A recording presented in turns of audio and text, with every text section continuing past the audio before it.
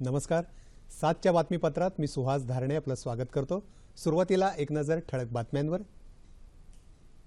दक्षिण आफ्रिका दौऱ्यात पंतप्रधान मोदी यांची पीटर मारिट्झबर्ग या ऐतिहासिक रेल्वे स्थानकाला भेट. विकास कामांच्या उद्दिष्टपूर्तीसाठी सरकार प्रयत्नशील, आगामी 15 वर्षांचं नियोजन सुरू, अरविंद पनगडिया. जम्मू काश्मीरमधील अनंतनाग जिल्ह्यात तणाव, लष्कराची कारवाई यशस्वी, अमरनाथ यात्रा 1 दिवसासाठी स्थगित. विम्बल्डन टेनिस स्पर्धेत महिला एकेरीच्या विजेतेपदासाठी सेरेना विल्यम्स आणि अँजेलिक कर्बर यांच्यात आज लढत. आणि संततधार वृष्टीमुळे आसाम आणि मध्य प्रदेशमध्ये पूरस्थिती, आसाममधील 1.5 लाख नागरिकांना पुराचा फटका. आणि आता सविस्तर वृत्त. दक्षिण आफ्रिकेतल्या ज्या रेल्वे स्थानकावर महात्मा गांधी यांना जबरदस्तीनं उतरवण्यात आलं होतं त्या पीटर मारिट्झबर्ग या ऐतिहासिक रेल्वे स्थानकाला आज पंतप्रधान नरेंद्र मोदी यांनी भेट दिली. रेल्वे स्थानकाबाहेरच्या महात्मा गांधी यांच्या पुतळ्याला अभिवादन करून मोदी यांनी इथं उभारण्यात आलेल्या संग्रहालयाचं उद्घाटन केलं. या संग्रहालयातल्या गांधीजींच्या जीवनाशी निगडीत चित्रांची आणि लेखांची त्यांनी पाहणी केली.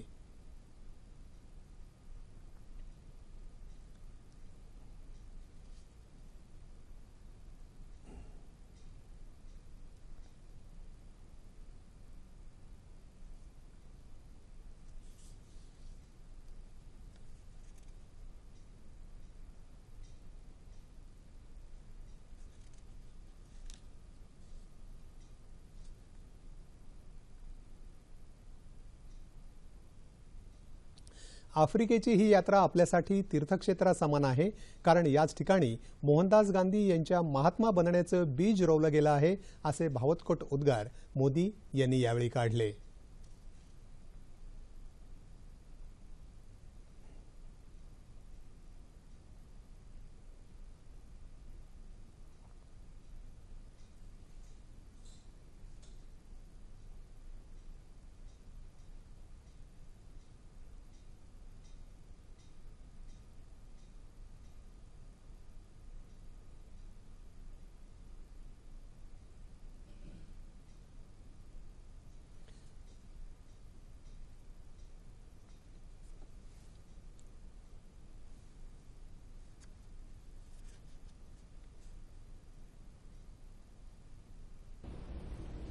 ये वो जगह है जिसने मोहनदास को महात्मा बनाने की यात्रा का बीजारोपण किया था.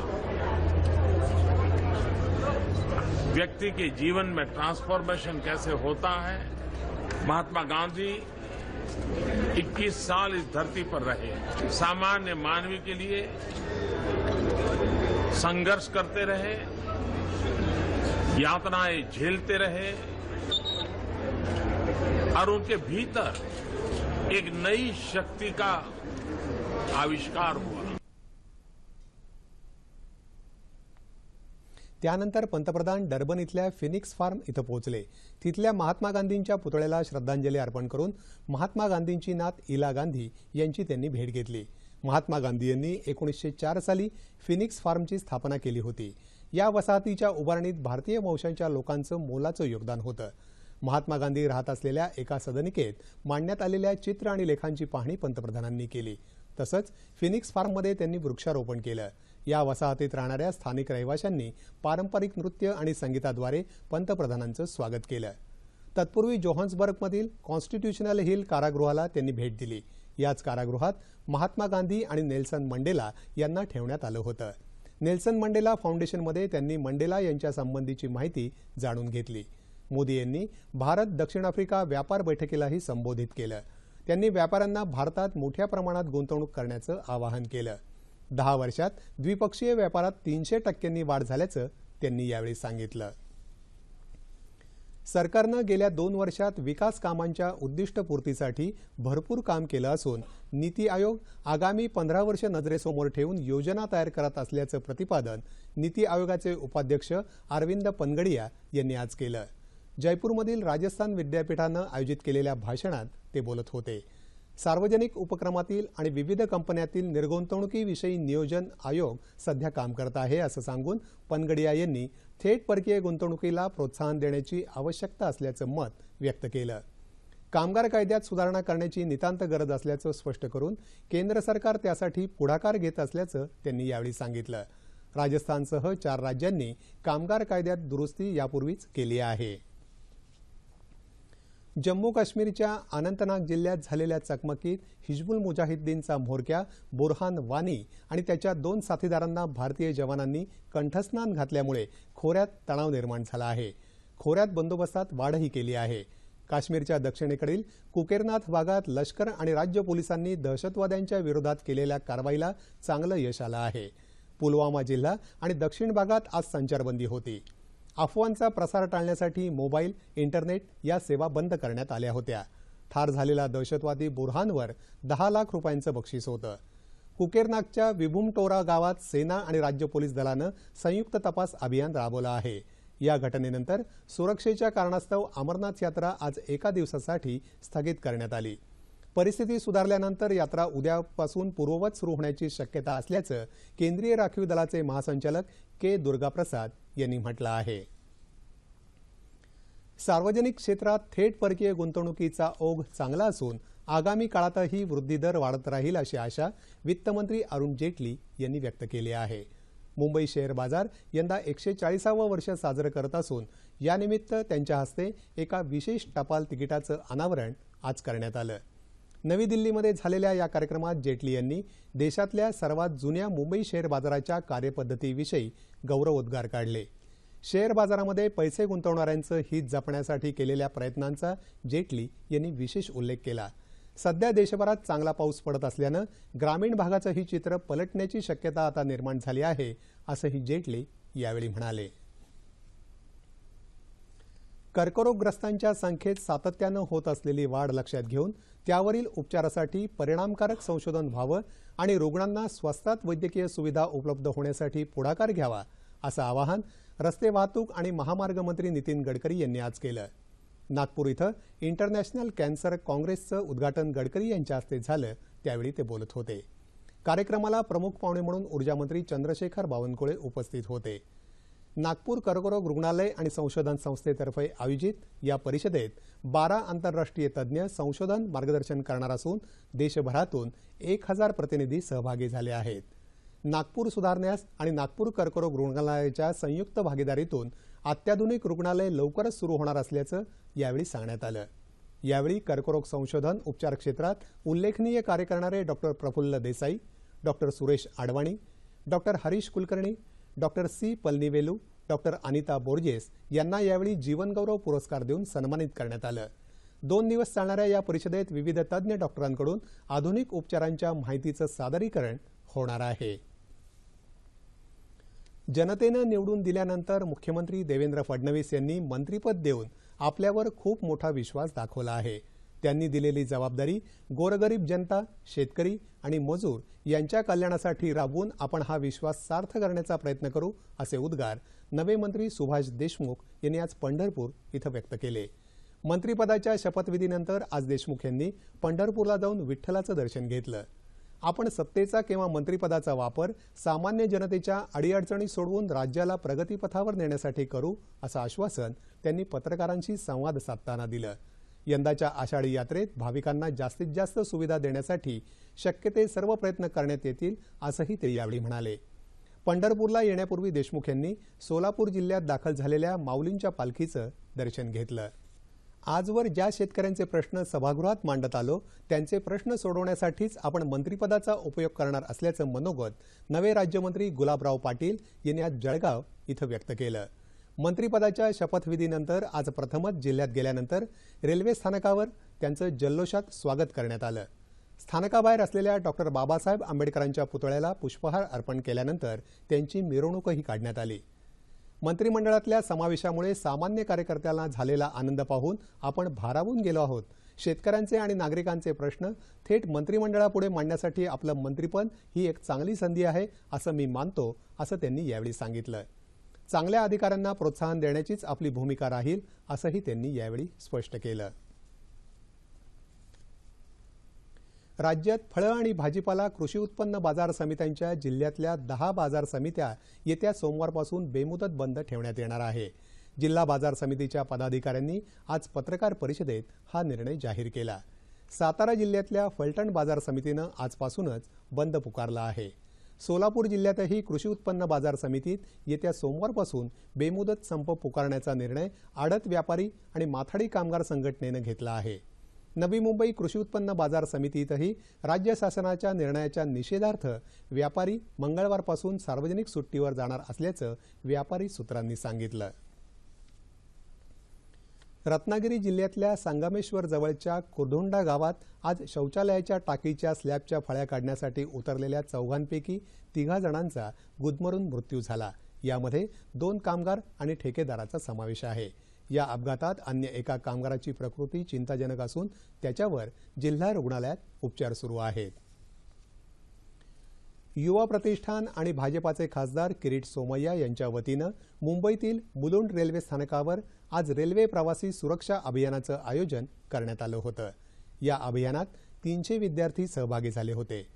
वाढत्या अपघातांमध्ये रेल्वे प्रवाशांचे जाणारे बळी याविषयी जनजागरण करण्यासाठी आणि प्रवास अधिकाधिक सुरक्षित कसा होऊ शकतो याची माहिती देण्यासाठी या अभियानाचं आयोजन केल्याचं खासदार किरीट सोमय्या यांनी यावेळी सांगितलं.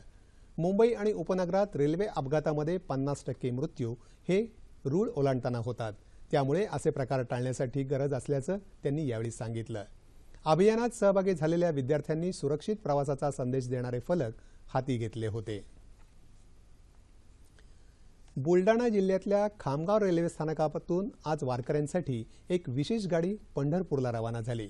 खामगावचे नगराध्यक्ष अशोक सानंदा यांनी या विठ्ठल दर्शन एक्सप्रेसला हिरवा झेंडा दाखवून मार्गस्थ केलं. आषाढी एकादशी निमित्त विठुरायाच्या दर्शनासाठी या गाडीनं हजारो भाविक पंढरपूरला रवाना झाले.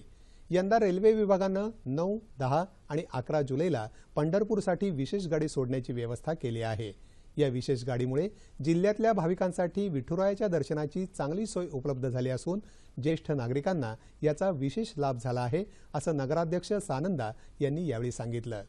यावेळी दूरसंचार सल्लागार समितीचे सदस्य ज्ञानदेव मानकर यांच्यासह रेल्वेचे अधिकारी आणि अनेक मान्यवर उपस्थित होते. उस्मानाबाद जिल्ह्यात अद्याप अपेक्षित पाऊस झाला नसल्यामुळे पेयजलासाठी नागरिकांना टँकर्सवर अवलंबून राहावं लागत आहे. जिल्ह्यात सध्या 370 टँकर्सनं पाणीपुरवठा केला जात आहे. उस्मानाबाद जिल्ह्यात आतापर्यंत फक्त 147.8 मिलीमीटर पाऊस झाला आहे. तो अपुरा असल्यामुळे सरकारनं विंधण विहिरींच्या अधिग्रहणाला मुदतवाढ दिली आहे. उस्मानाबाद जिल्ह्याला गेली 3 वर्ष सातत्यानं दुष्काळाला तोंड द्यावं लागत आहे. या परिस्थितीवर मात करण्यासाठी जलयुक्त शिवार, नाला खोलीकरण, बांध बंदिस्ती, सिमेंट नाला बांधणी अशा प्रकारची 18,200 कामं लोकसहभागातून पूर्ण केली आहेत. मात्र यामध्ये जलसाठा होण्यासाठी दमदार पावसाची आवश्यकता आहे. जिल्ह्यामध्ये 3,11,200 हेक्टर क्षेत्रात म्हणजेच 66% पेरण्यांची कामं पूर्ण झाली असून शेतकरी पावसाच्या प्रतीक्षेत आहे. प्रकल्प आहे पण तो 2 वर्ष झाला कोरडा आहे. आता ज्येष्ठ गेला, आषाढ आला तरी बी धरणात कोरडं पाणी आहे. कुठे पेरण्या झाल्यात, कुठे नाही. पिकापुरता थोडा पाऊस आहे पण पाण्याचे फार हाल आहेत. टँकरद्वारे पाणी पुरवलं येते पण धरणात अद्याप पाणी नाही. सध्या देशात रुग्णांची संख्या वाढत असल्याचं मत विश्व हिंदू परिषदेचे नेते डॉक्टर प्रवीण तोगडिया यांनी व्यक्त केलं. विश्व हिंदू परिषदेच्या बैठकीसाठी ते नागपुरात आले होते. त्यावेळी पत्रकारांशी संवाद साधताना त्यांनी ही माहिती दिली. नागरिकांना चांगल्या आरोग्यसेवा मिळाव्यात यासाठी नागपूरमधील बुटीबोरी इथं 10 एकर जागेवर वेलनेस सेंटर साकारण्यात येणार असल्याचं त्यांनी सांगितलं. यावेळी डॉक्टर राजन पांडे यांच्या द बुक ऑफ लाईफ या पुस्तकाचं प्रकाशन तोगडिया यांच्या हस्ते करण्यात आलं. राज्यातल्या वाल्मिकी समाजाचे प्रश्न सोडवायला सरकार वचनबद्ध आहे, असं आश्वासन भाजपाचे राष्ट्रीय उपाध्यक्ष श्याम जाजू यांनी आज पुण्यात दिलं. अखिल भारतीय मजूर संघटनेच्या वतीनं आयोजित केलेल्या सफाई कामगारांच्या मेळाव्यात जाजू बोलत होते. या समाजाचे अनेक प्रश्न सरकारनं सोडवले असून बाकी प्रश्नांबाबतही लवकरच मार्ग काढला जाईल, असं ते यावेळी म्हणाले. मंत्रालयासमोरच्या जागेत महर्षी वाल्मिकींचा पुतळा उभारावा, जातीचे दाखले मिळण्यात येणाऱ्या अडचणी दूर कराव्यात अशा मागण्या यावेळी सफाई कामगारांनी केल्या. या मेळाव्याला भाजपाचे पुणे शहराध्यक्ष योगेश गोगावले यांच्यासह अन्य पदाधिकारी उपस्थित होते. अंतराळात उपग्रह सोडताना लागणाऱ्या दाबाचं तंत्रज्ञान विकसित करण्यासाठी DRDO आणि IIT मुंबई यांच्यात आज एक सामंजस्य करार करण्यात आला. मेक इन इंडिया अंतर्गत भारतीय अंतराळ कार्यक्रमात संपूर्ण स्वदेशी बनावटीचं तंत्रज्ञान वापरण्याचा प्रयत्न केला जात आहे. याचाच एक भाग म्हणून IIT सारख्या शैक्षणिक संस्था आणि DRDO यांच्यात संलग्नता आणण्यात येत आहे. संशोधन संस्थांना लागणारं तंत्रज्ञान IIT मार्फत विकसित करण्यासाठी हा करार करण्यात आल्याची माहिती डॉक्टर S. ख्रिस्तोफर यांनी दिली. आंतरराष्ट्रीय सागरी संस्थेच्या वतीनं कॅप्टन राधिका मेनन यांना यंदाचा अतुलनीय शौर्य पुरस्कार देण्यात येणार आहे. राधिका मेनन यांनी समुद्रात अत्यंत अवघड हवामानाला तोंड देत 7 मच्छीमारांचे प्राण वाचवले. त्यांनी दाखवलेल्या या शौर्याबद्दल हा पुरस्कार दिला जाणार आहे. आंतरराष्ट्रीय सागरी संस्थेच्या लंडन इथल्या मुख्यालयात 21 नोव्हेंबरला हा समारंभ होणार असून अशा प्रकारचा पुरस्कार मिळवणाऱ्या त्या पहिल्या महिला आहेत. गेल्या जून महिन्यात बंगालच्या उपसागरात झालेल्या एका दुर्घटनेत 7 मच्छीमारांवर आपले प्राण गमावण्याची वेळ आली होती. परंतु समुद्रातील खराब हवामानाला न जुमानता आणि जीवाची पर्वा न करता कॅप्टन राधिका यांनी या 7ही मच्छीमारांना वाचवलं होतं. चित्रकार सुजाता केळकर यांच्या चित्रांचं प्रदर्शन मुंबईतल्या नेहरू कला दालनात भरवण्यात आलं आहे. प्रकाश देखावे या संकल्पनेवर आधारित ही चित्रं आहेत. कला रसिकांना हे प्रदर्शन उद्या सकाळी 11 ते संध्याकाळी 7 वाजेपर्यंत पाहता येईल.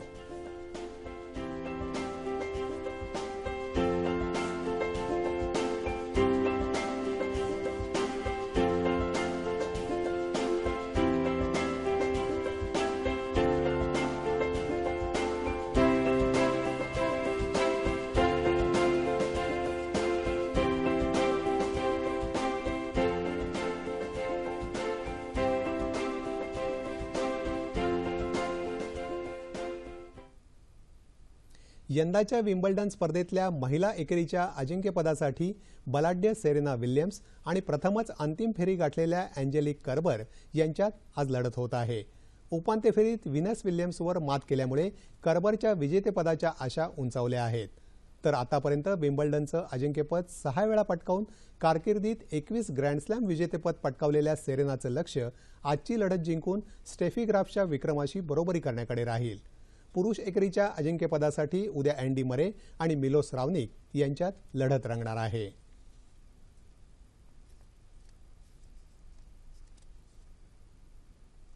देशात आसाम आणि मध्य प्रदेश या राज्यांमध्ये अतिवृष्टीमुळे संकट निर्माण झालं आहे. मध्य प्रदेशात पावसाचे 11 बळी गेल्याचं वृत्त असून मदतीसाठी सतना जिल्ह्यात लष्कराला पाचारण केलं आहे. आसाममधील कामरूप जिल्ह्यातील जोरहाटमध्ये पूरस्थिती गंभीर बनली असून त्याचा फटका इथल्या रहिवाशांना बसला आहे. मध्य प्रदेश छत्तीसगडमध्ये पावसाची संततधार सुरू असल्यामुळे जनजीवन विस्कळीत झालं आहे. मध्य प्रदेशच्या टीकमगड जिल्ह्यात गेले 24 तास जोरदार वृष्टी झाल्यामुळे नद्या नाल्यांना पूर आला आहे. होशागाबाद इथं नर्मदा नदीनं धोक्याची पातळी ओलांडली आहे. बेतवा, जामनी, कोपरा या नद्यांच्या जलस्तरात मोठ्या प्रमाणावर वाढ झाली आहे. आसाममधील लखीमपूर, नौगाव, बारपेटा आदी जिल्ह्यातील 294 गावांमधील 1.5 लाख लोक पुरात अडकले असून त्यांच्या बचावाचं कार्य युद्धपातळीवर सुरू आहे.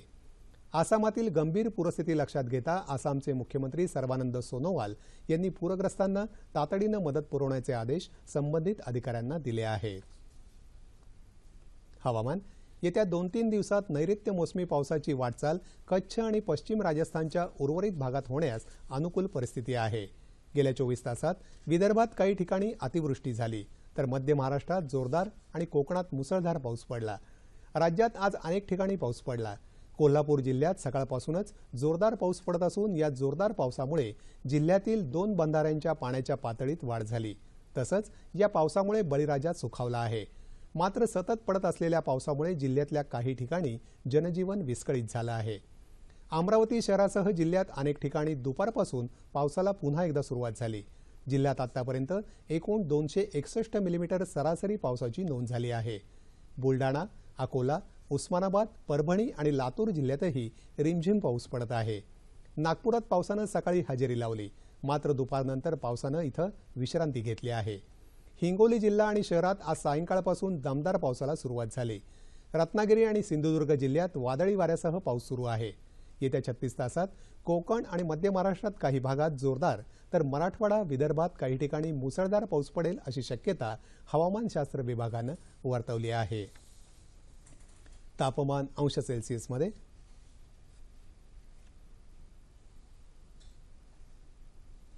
मुंबई कमाल 29, किमान 25, नागपूर 29 आणि 24, पुणे 26 आणि 22, औरंगाबाद 27 आणि 23, नाशिक 24 आणि 22, कोल्हापूर 25 आणि 22, रत्नागिरी 28 आणि 25, सोलापूर 30 आणि 23 आणि अमरावती कमाल 26 आणि किमान 22 अंश सेल्सिअस। ठळक बातम्या पुन्हा एकदा।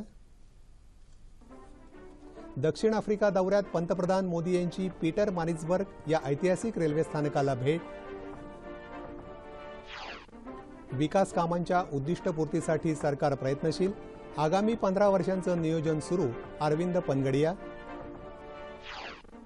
जम्मू काश्मीरमधील अनंतनाग जिल्ह्यात तणाव, लष्कराची कारवाई यशस्वी, अमरनाथ यात्रा एका दिवसासाठी स्थगित। विम्बल्डन टेनिस स्पर्धेत महिला एकेरीच्या विजेतेपदासाठी सेरेना विल्यम्स आणि अँजेलिक कर्बर यांच्यात आज लढत। आणि संततधार वृष्टीमुळे आसाम आणि मध्य प्रदेशमध्ये पूरस्थिती, आसाममधील 1.5 लाख नागरिकांना पुराचा फटका। याबरोबरच हे बातमीपत्र संपलं। राज्यातील नागरिकांना स्वस्त दरात तुरडाळ उपलब्ध करून देण्यासाठी अंत्योदय योजनेतील आणि दारिद्र्य रेषेखालील सर्व शिधापत्रिका धारकांना 120 रुपये प्रति किलो दरात तुरडाळ वितरित करण्याचा निर्णय राज्य शासनानं नुकताच घेतला।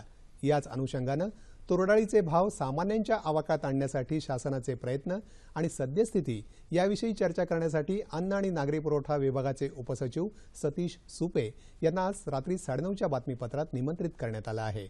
तेव्हा पुन्हा भेटूया पुढील बातमीपत्रात आपल्या सह्याद्री वाहिनीवर। नमस्कार।